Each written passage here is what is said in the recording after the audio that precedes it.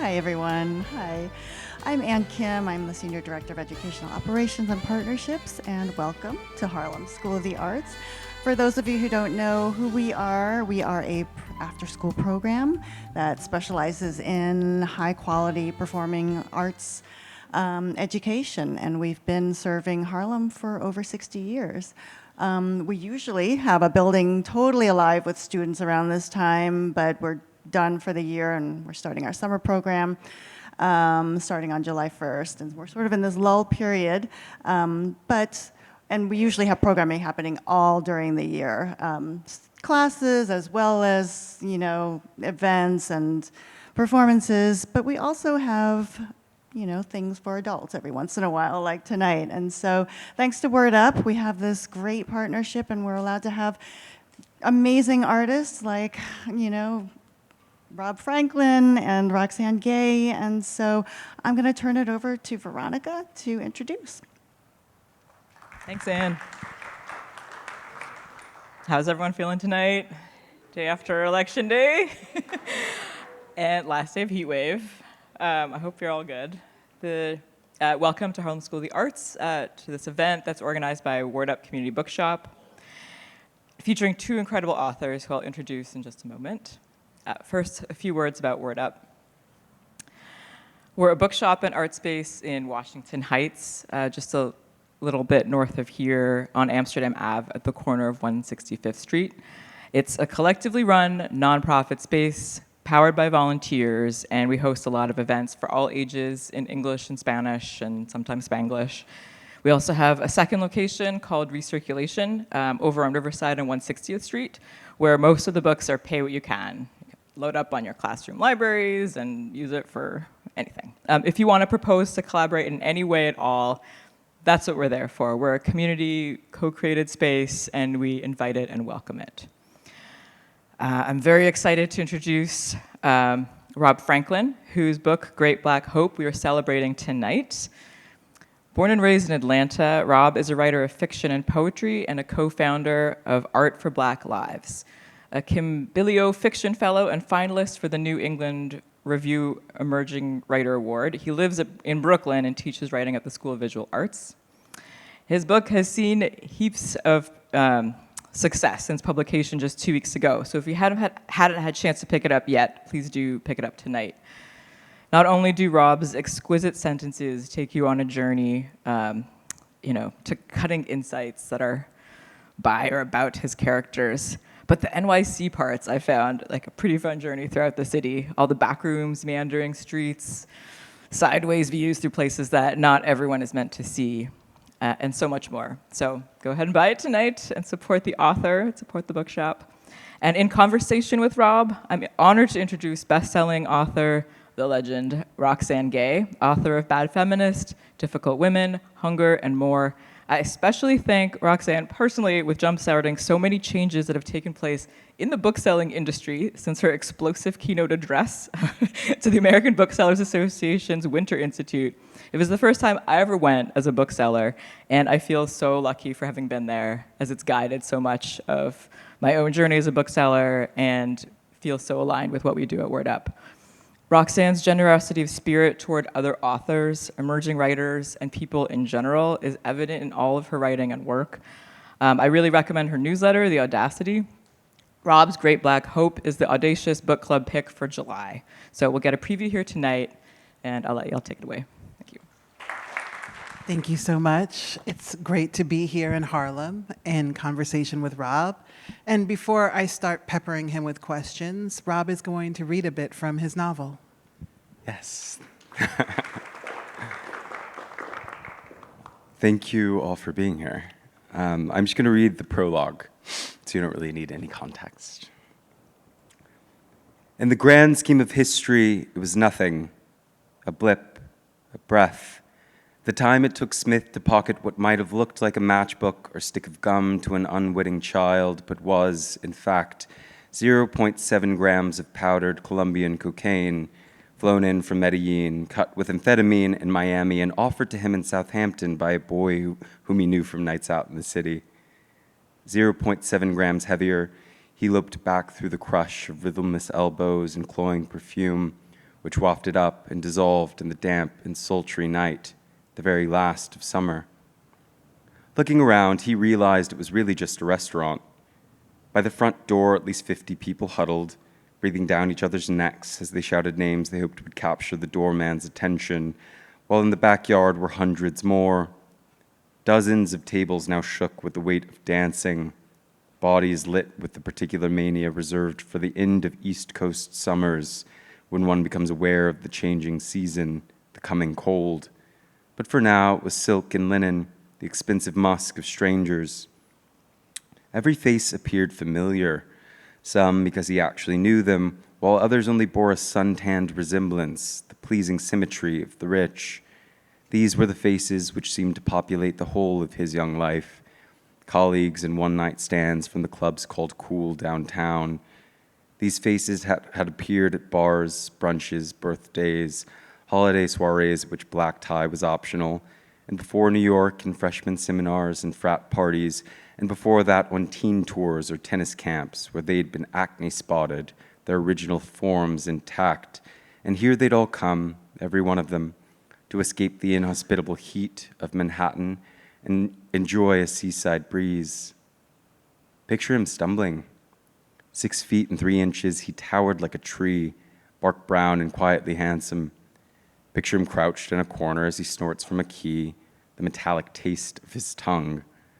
The night gleamed back into clarity as he steadied himself to return, when out of the crowd 2 men emerged, stern-eyed and square-jawed, barking orders he could barely discern. Calmly he followed. He didn't wish to make a scene, out through a side exit and onto the street, silent but for the bass of a bop that had rained on the charts all summer.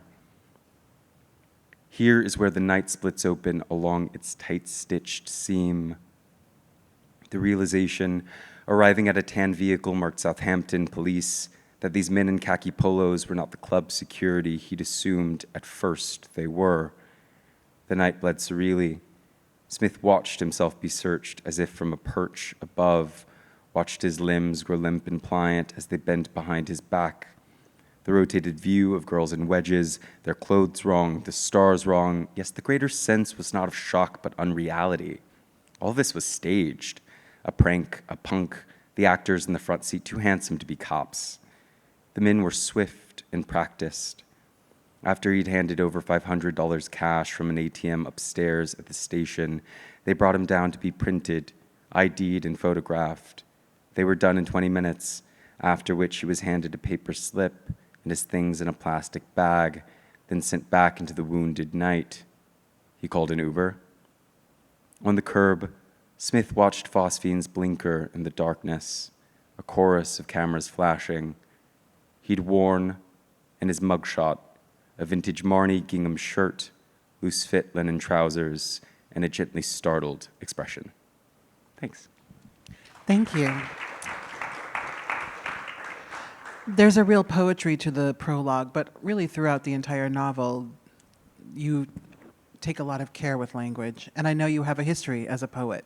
So how does a poet cross over into fiction? I know it happens once in a while. So what drew you to fiction?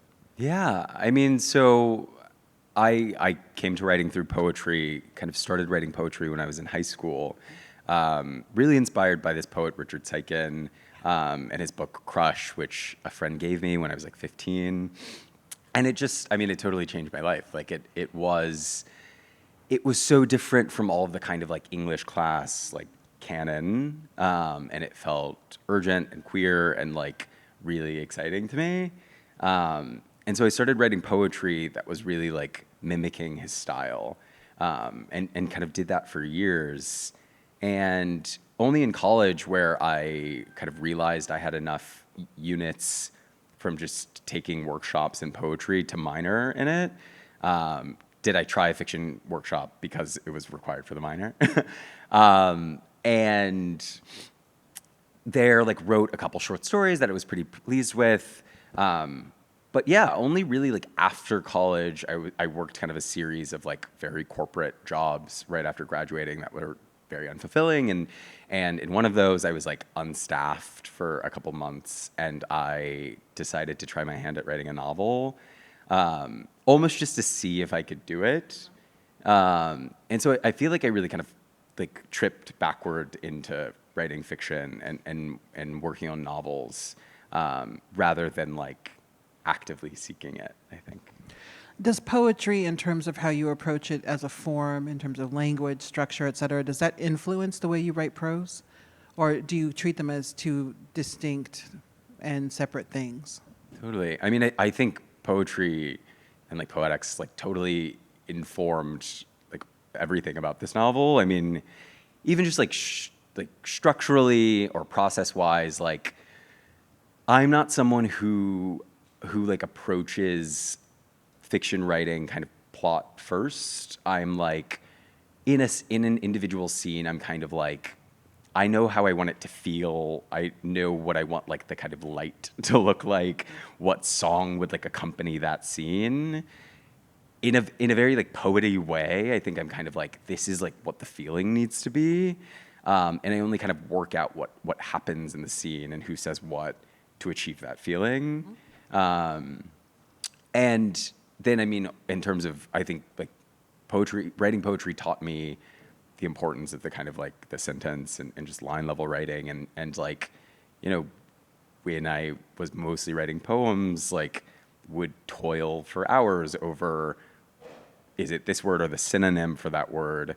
And really, like, kind of came to understand writing as, like, being organized on like the unit of like the syllable and like a sentence can make a kind of like sonic sense even if it doesn't literally mean anything. Anyway, which I hope and think that I bring to fiction writing. Yeah, absolutely. The book opens with a prologue, and it chronicles Smith's arrest and booking and his observations about that experience.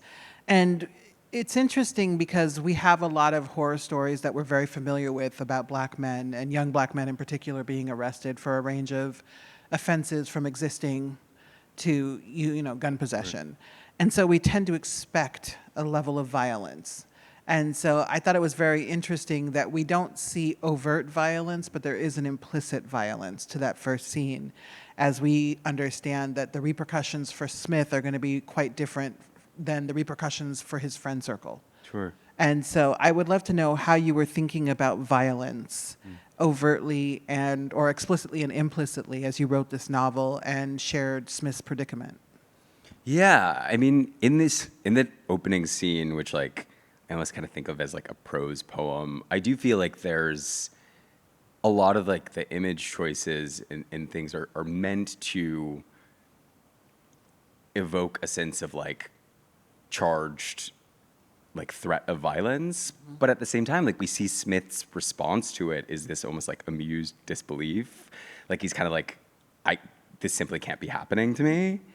And so there's this like push-pull, I think, throughout the book of like sometimes Smith is aware and the prose is aware of like the very real possibility that things might turn out poorly for him, and like the story might start to take the shape of like stories that we've come to expect around black men ensnared in the criminal justice system.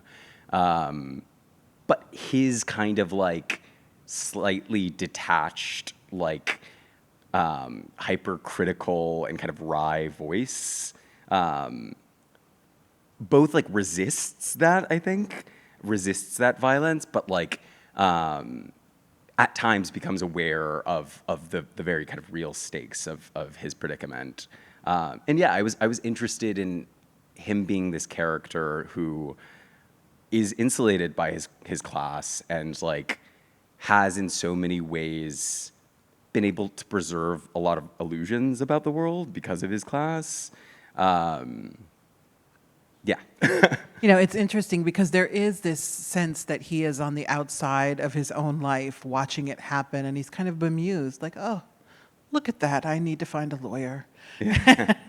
And it's clear that class does insulate him, and he is having to navigate quite a lot of difference, not only race, but class, city, and, well, Atlanta's a city, but north and south. Yeah. And so can you talk a bit about the complications of class for Smith and what he learns about that intersection of class and race when he enters the justice system? Because there is a point where he can no longer sort of be bemused because the real stakes are becoming clearer. So I would love to know how you thought about class as you crafted the story. Yeah, for sure. I liked the idea that he would be sort of in some ways like menaced by his kind of his blackness, but then like throughout the story kind of protected by his class.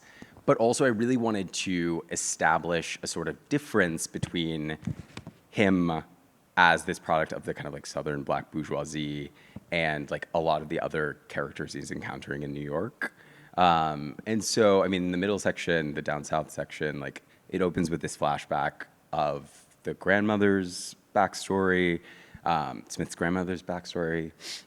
And we learn that she grew up on a sharecropping farm and sort of escaped the racial terrors of the rural South and moved to the urban South, becomes like one of the first kind of black women lawyers, or becomes a black woman lawyer in Texas when that would have been very uncommon. And then through her lens, we kind of get a brief history of kind of the war on drugs and really like a sense of a lot of the kind of like cultural detritus of like this backlog of images associating black bodies, black male bodies with drug use and like drug use and criminality. So, you know, we learn about the story of like Lynn Bias, and we see the Just Say No campaign with Nancy Reagan and all of that through kind of the grandmother's story. But we get a sense that she is sort of set this ball in motion of kind of upward mobility for this family.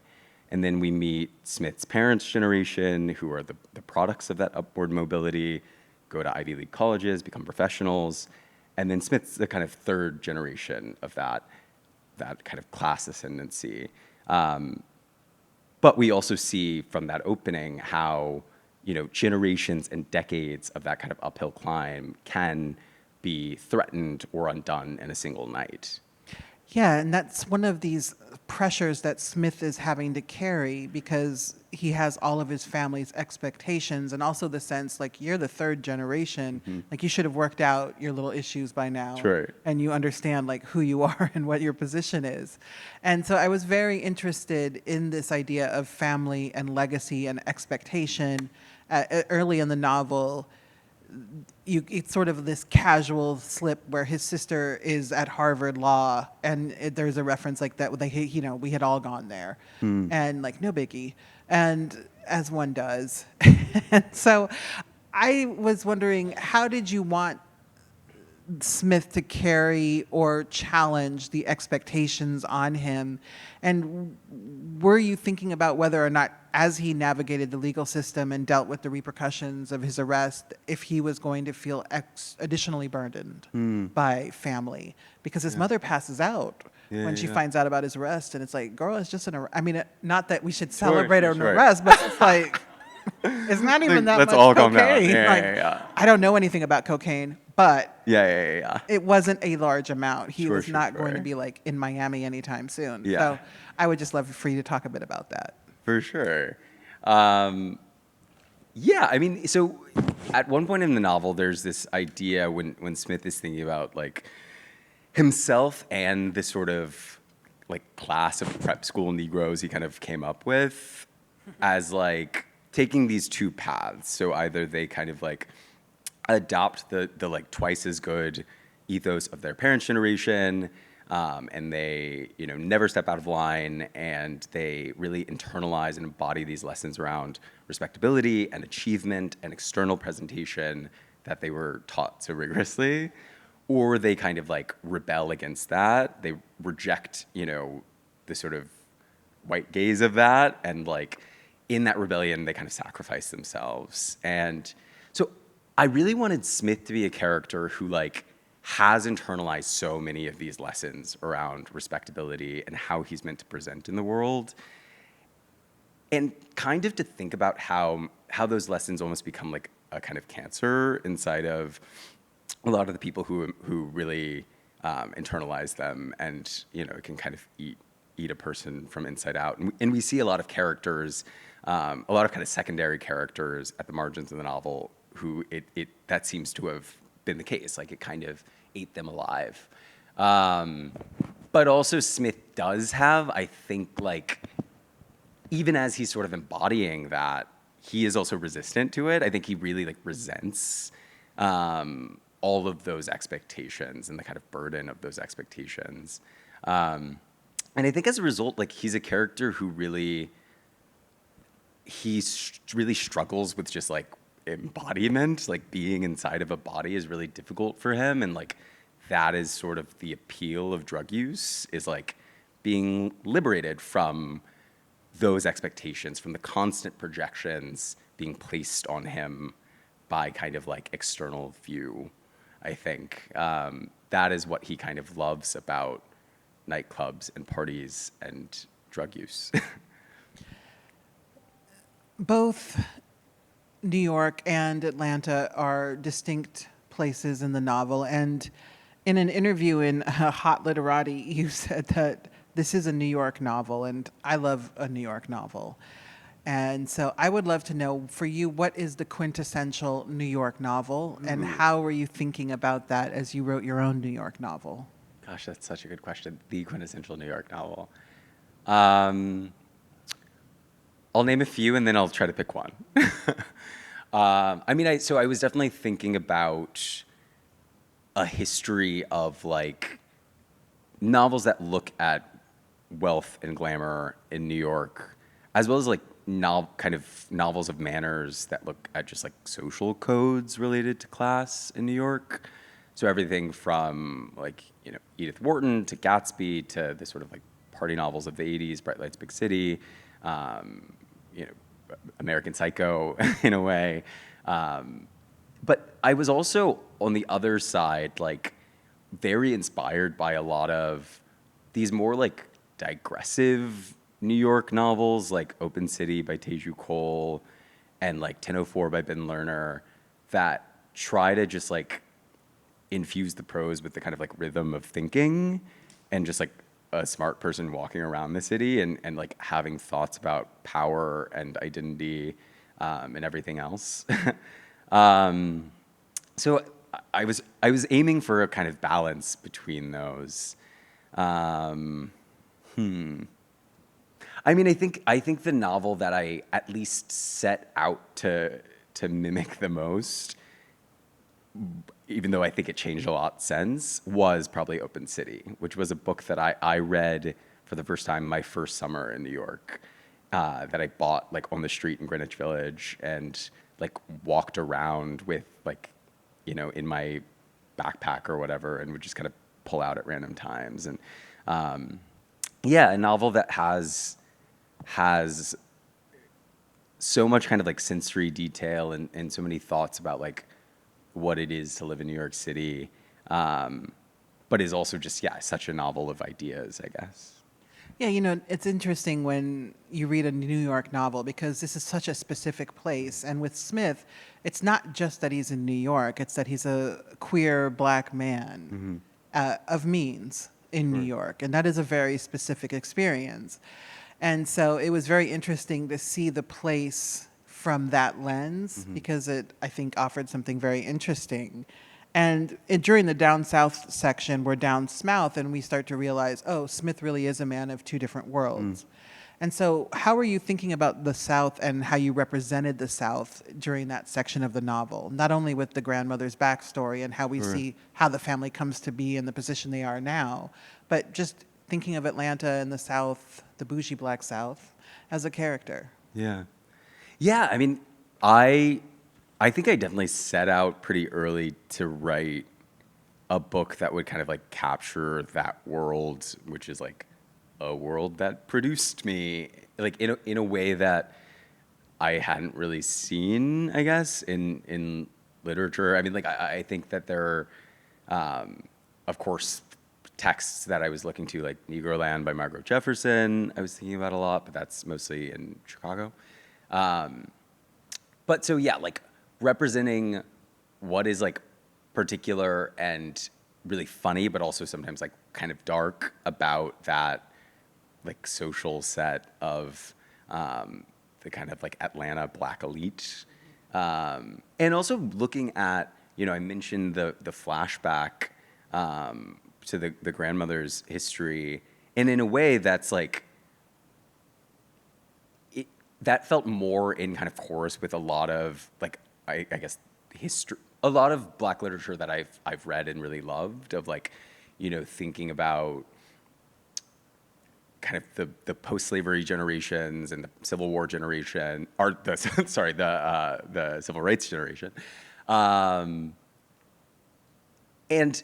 then we like at the end of that section, we see a vision of the grandmother sort of comfortable in like the urban South, and then we open into Atlanta, which is this like modern Black metropolis where like the mayor is always Black, and like seeing basically what, in a more kind of cultural sense, has been like the product of the sort of like organizing of the 20th century, and seeing like a real beauty in that, but also, to use your word, like a kind of violence in the notion of like the talented 10th, and like everyone who's left out of that, and how those stories are sort of at like the periphery of this like privilege and kind of relative comfort that we're looking at in that middle section. I know the title was inspired in part by a profile of Colin Powell from several years ago. I actually went and found it and read it. And it was interesting to see how we, broadly speaking, talked about Colin Powell at the time and the sort of inherent racism to it. Sure. Because people were like, oh my gosh, look at this Negro who can speak. Yeah, it's crazy. And, use multisyllabic words. Amazing. And it was just so interesting to see the ways in which he had to publicly negotiate being the great Black hope while also being like a Republican, which is a choice. But I would love for you to talk more about the title and its inspiration. Yeah. So I think I was always maybe like ambiently aware of like the phrase Great Black Hope. I mean, I'll give a little bit of the kind of etymology of it. And then maybe I'll butcher some of this because I re-looked this up recently. But, the Great White Hope was a term used in the kind of early 20th century, 20s, 30s, when I believe it was Jack Johnson was the heavyweight champion in boxing, and he was a Black man. And people were not so happy about that in the Jim Crow era. And so they kept sending up these like white contenders for him, which the newspapers would call like the Great White Hope. And then, that became a movie with James Earl Jones and a play.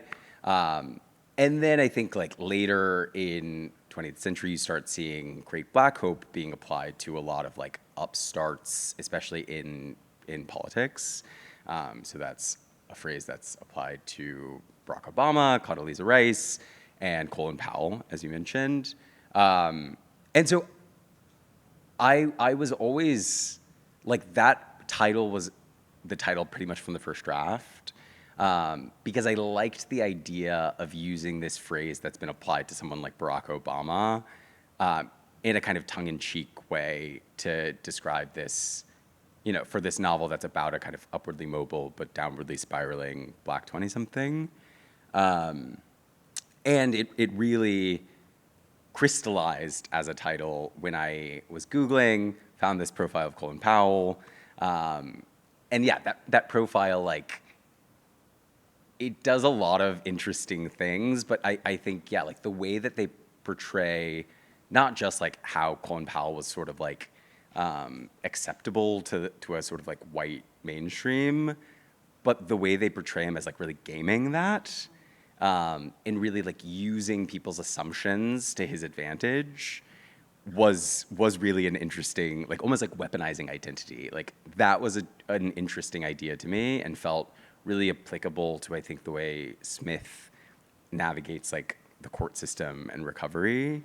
Yeah, and then once I kind of chose that as a title, kept writing, edited, and people started reading it, I think only then did I recognize that it also has this more kind of earnest valence because the novel does end on a kind of more hopeful note.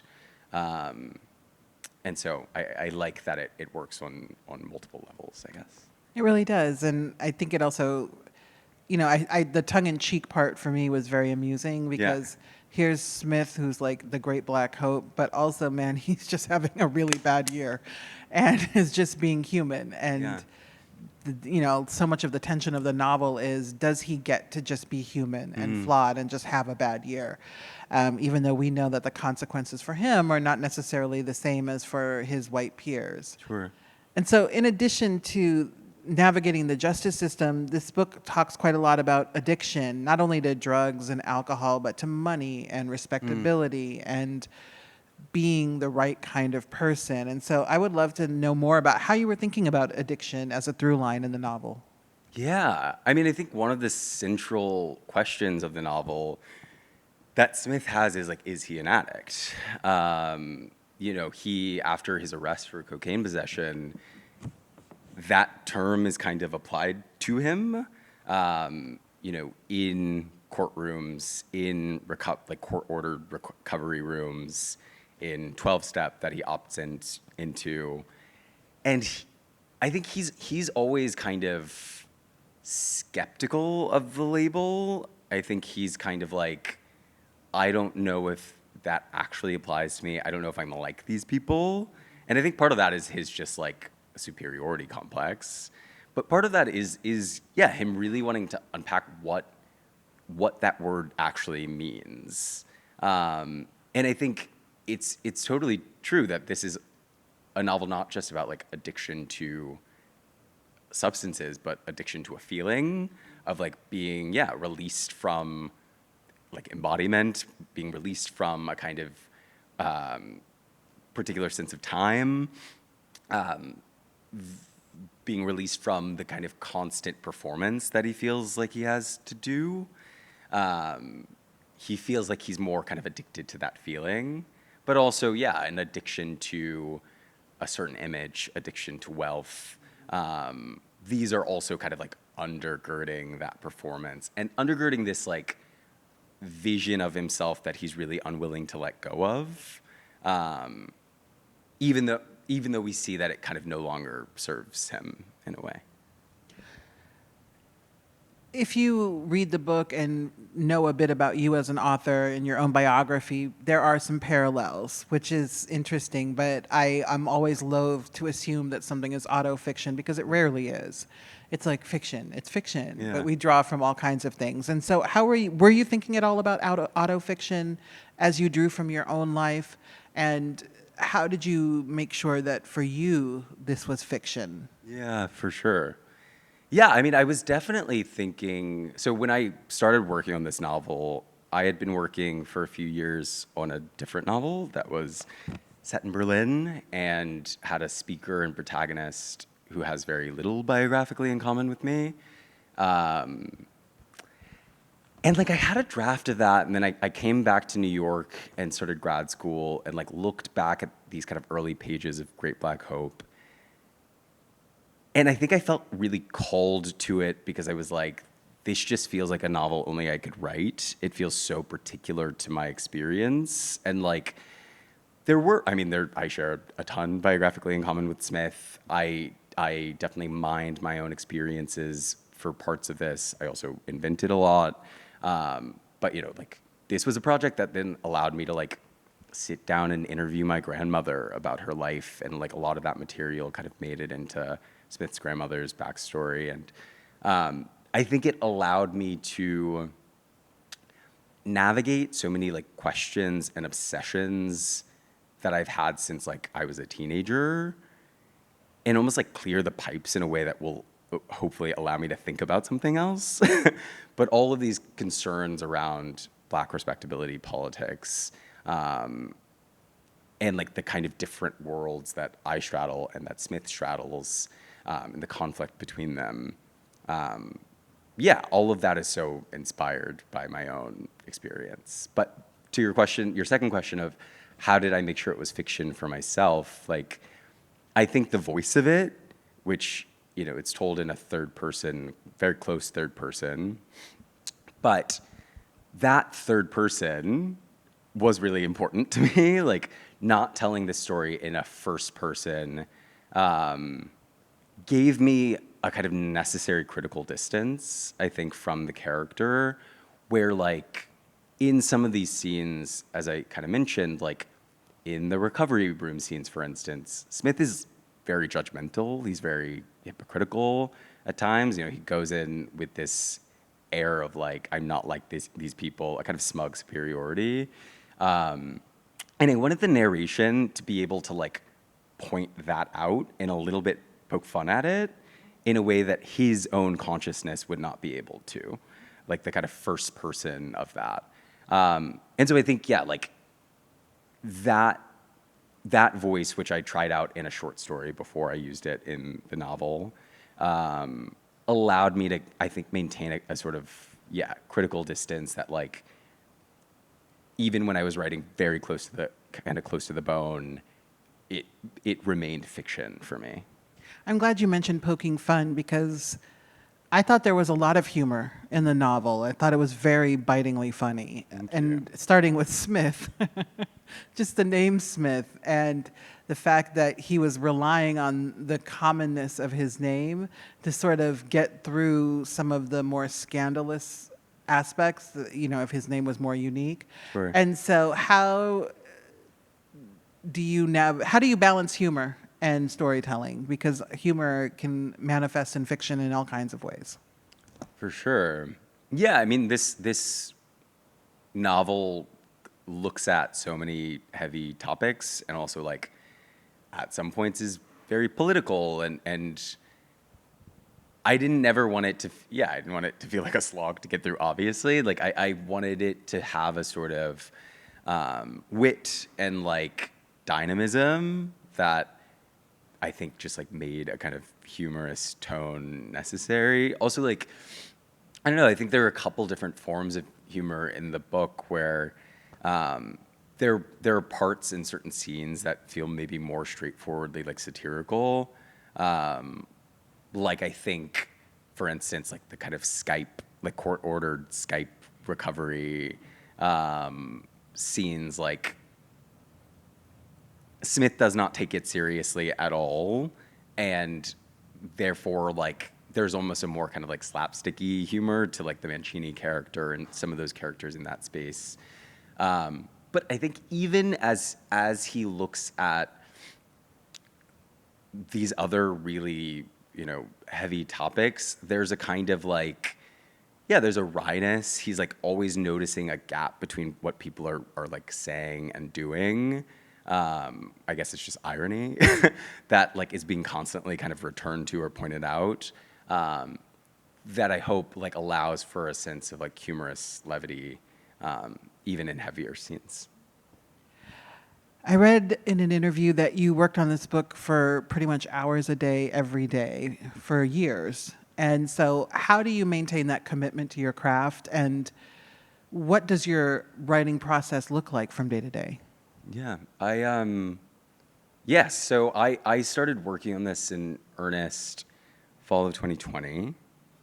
So it was, as people know, kind of the height of the pandemic. And I was moving back to New York for grad school. The city was shuttered. It was quiet.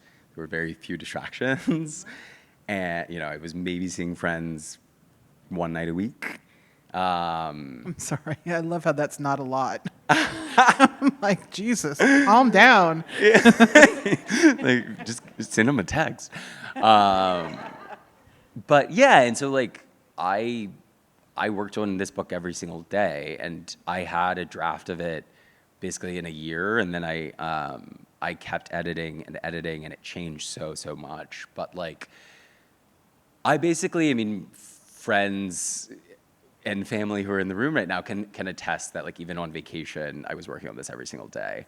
And I think some of that was like the kind of urgency I think is maybe easiest to summon with the first novel, where, like, I was really wanting to prove it to myself that I could do it.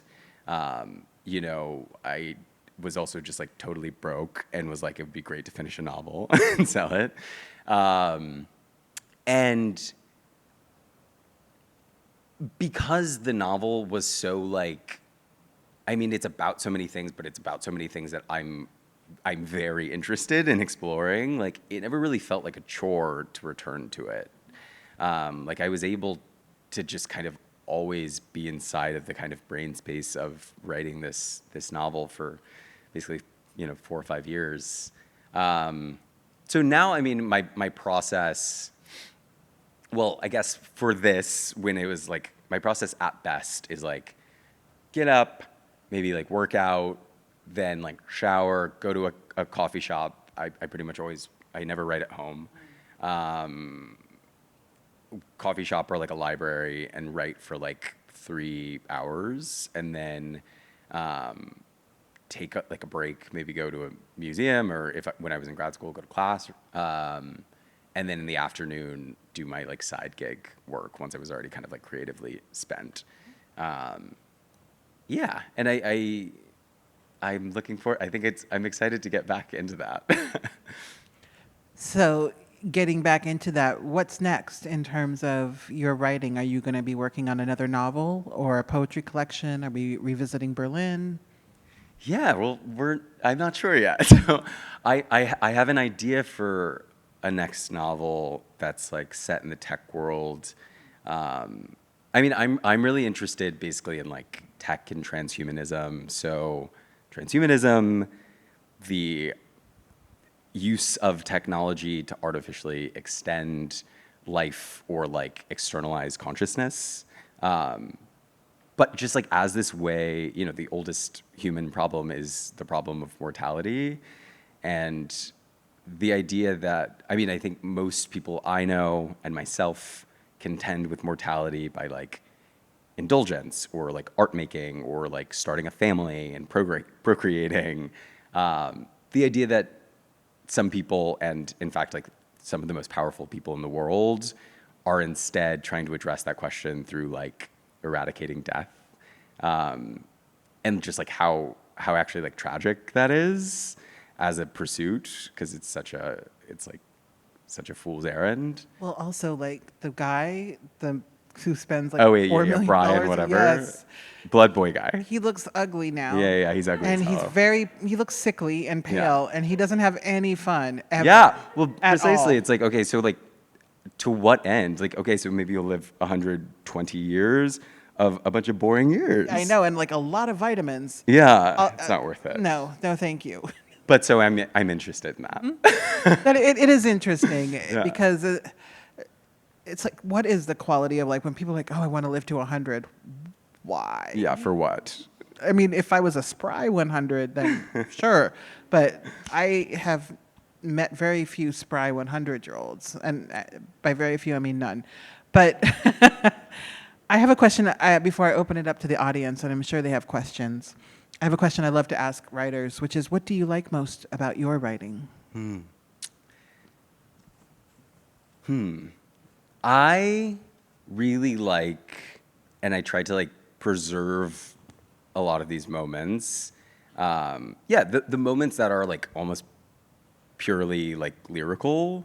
I think I mentioned this in an interview recently. Like, one of my favorite lines is something like, wordlessly Smith left the bathroom and re-entered the party's soft moan. And it's the kind of line, I can't remember if I brought that scene to my workshop in the MFA, but it's the kind of line that often people will try to cut in a workshop, because it's like, what does that mean? But I think it's like, the idea of a party as a soft moan, like, is really, for me, very like evocative, and preserving moments of lyricism and like poetry in my work is really important to me, because I think that those are often my favorite moments. Well, you preserved them very well, and it made for a really beautiful reading experience. So if you have questions, please feel free to raise your hand, and you can ask it, and there may be an answer for you. I mean, I do keep referring to this book as like very explicitly a kind of post-Obama era text. I mean, it's literally set in 2019, but also like mentioned several times in the book is this idea, you know, the kind of Obama era idea that like black faces in high places would be like the sort of liberation and salvation of us all. That was like very much punctured, I think, quietly during the Obama era, and then certainly in the aftermath, where it's like, okay, does that actually lead to any sort of permanent structural change, or is that just like a sort of like vacuous symbol? Yeah, I mean, I think this book and I tend to think that that is often a kind of vacuous symbol, and like representation of course matters, but it's like it's not an end in itself. And so to your actual question of when should we give up trying to be the great black hope, I mean, I think if that is a motivating goal for a person and it's not something that feels like it will kind of consume them or constrain them, then it's a great goal to be a sort of image of progress, to become an image of progress. But I think that for me, that feels very constraining and like not necessarily like that worthy of a goal. And I think that like Smith, part of his arc is coming from a place of a real like individual sense of achievement, progress, and like moving toward a slightly more like community or like collective based idea of like just how the world is supposed to work. And right, like the thing about an idea like the Great Black Hope is it's singular, and so I think a more kind of community or collectivity based approach is more beautiful. Yeah, I mean, so when I started writing this book, before I knew it was a book, was a year when I had lost my best friend, and before that grief plotline was kind of even in the book, I was really interested in, I was still interested in drug use and black folks and respectability politics and all of these kind of themes that kind of circled this like through line of me wanting to kind of look directly at my own like unprocessed grief. And so, I mean, definitely while things are changed, some things are changed, like that experience was the sort of basis. And the question of if it's cathartic, I mean, I think I only know how to understand my experiences through writing. Like, I'm not really going to talk about it in therapy. My most intimate relationship has always been with the page. And so that's the only way I know how to process things. Thanks. All right, we have time for one or two more questions if there are any. Yeah, for sure. Yeah, absolutely. I mean, I think I had read some McInerney, and like actually, people cite like Big City, which I do teach scenes from that in my class, and so it's definitely an inspiration, something I think about. But actually, this one New Yorker profile he wrote of Chloe Sevigny in like 1992 was like so inspirational for I won't, because it's kind of a spoiler, but for the specific structure of a scene later in the novel, like late in the novel when a character goes missing. There's just how kind of he wrote that profile of Chloe Sevigny. So many of the descriptions, I think, really inspired the tone I wanted to achieve in a lot of the kind of like nightlife sections of the book. And yeah, and then also Baldwin, I mean, I definitely did think of this as a kind of political novel. It has thoughts on like the racialized criminal justice system and a kind of lack of empathy we culturally give to people battling substance dependency, especially if they're Black. But also, like, so many of those, I hope, so many of the politics and the ideas are embedded into relationships and embedded into, for instance, like the idea of how the kind of idea of addiction or the cultural weight of addiction is different when applied to different types of people based on their kind of identity intersections. That is so then embedded into the relationships in the novel. And in order to do that, I was definitely looking to like Another Country by James Baldwin, which I don't think it's his best novel, but I do think it's a novel that's like really interested in looking at intimate relationships and how they're like pressure tested by systems. And so all of those were definitely inspirations. I don't know. I mean, I guess what's been surprising is like how because I think it's like kind of a pretty capacious novel about a lot of things, like how different people read it.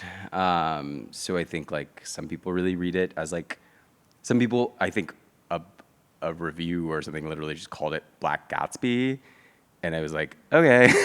Well, yeah, like some people really will focus on the sort of like satire of like wealth and excess in New York aspects and the sort of like glitz of it. Other people, I think, read it as like a kind of political or sort of like sociological novel. Other people read it as a family drama. Some people point out the humor in it. So I think how varied the responses are and like the very different just themes or passages that people call out to me has been really interesting. Thanks. Excellent. Well, thank you everyone for coming this evening. And please buy Rob's book, and he will be signing up here. And thank you, of course, to Word Up for hosting this amazing event. Thank you.